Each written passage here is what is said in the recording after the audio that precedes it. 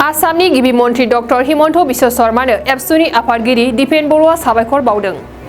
एबसुनि आफादगिरि दिपेन बर'नि खावलायनाय बादियै आसामनि गिबि मन्थ्रि डक्टर हिमन्त बिश्व शर्माया दिनै रौता सारियालियाव थानाय एबसुनि बारग' आफादगिरि जांख्रिथायारि दैदेनगिरि बारग' एमएलए करेन्द्र बसुमतारीनि नखराव फैनानै खौरां लाफैदों।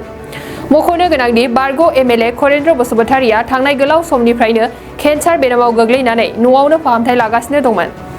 गिबि मन्थ्रि डक्टर हिमन्त बिश्व शर्माया खौरां लाफैनायजों लोगोसे करेन्द्र बसुमतारीनो अनसुंथाइनि चेक राननानै आबुङै फाहामथाय होनो थाखाय खोथा होयो।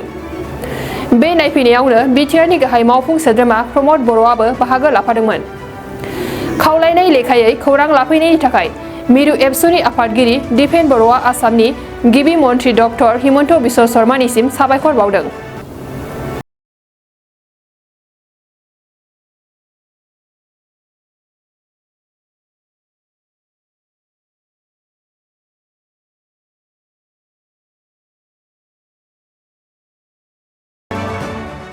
नोंथाङा सरकारि साख्रि नागिरदोंना? नोंथांनि थाखाय मोनसे गोजोनथाव खौरां। नोंथांनि थाखाय दं एडुकेट पइन्ट, जेराव नोंथाङा सोलोंथाइ लानायनि गेजेरजों सरकारि साख्रिनि गुबुन गुबुन रोखोमनि गोब्राब आनजादफोरखौ उथ्रिसारनो हागोन आरो गावनि आथिङाव गसंथानो हागोन। बे एडुकेट पइन्टआव नोंथांमोना SSC, bank PO, bank clerk, bank SO, UPSC, FSC, defence, railway, state insurance, एएअ, एडिअ एसिस्टेन्टजों लोगोसे स्टेट लेभेल जब आरो माखासे सरकारि साख्रिनि आनजादाव गोनांथि जानाय आयदाफोराव सोलोंथाइ लानो हागोन।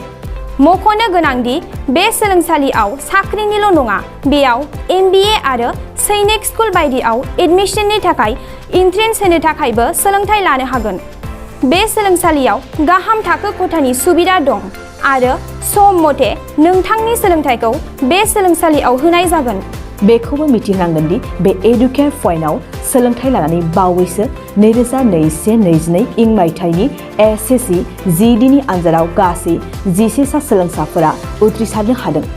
बारा नङा, गासै 15,000 रांजोंनो नोंथाङा बे सोलोंसालियाव 6 दानसिम सोलोंथाइखौ लानो हागोन।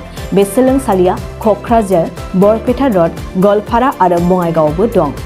क'क्राझाराव सोलोंथाइ लानो गोसो गुदुं जानाय सुबुंफोरा 70020261133 9101 536360 70020261133 9101536360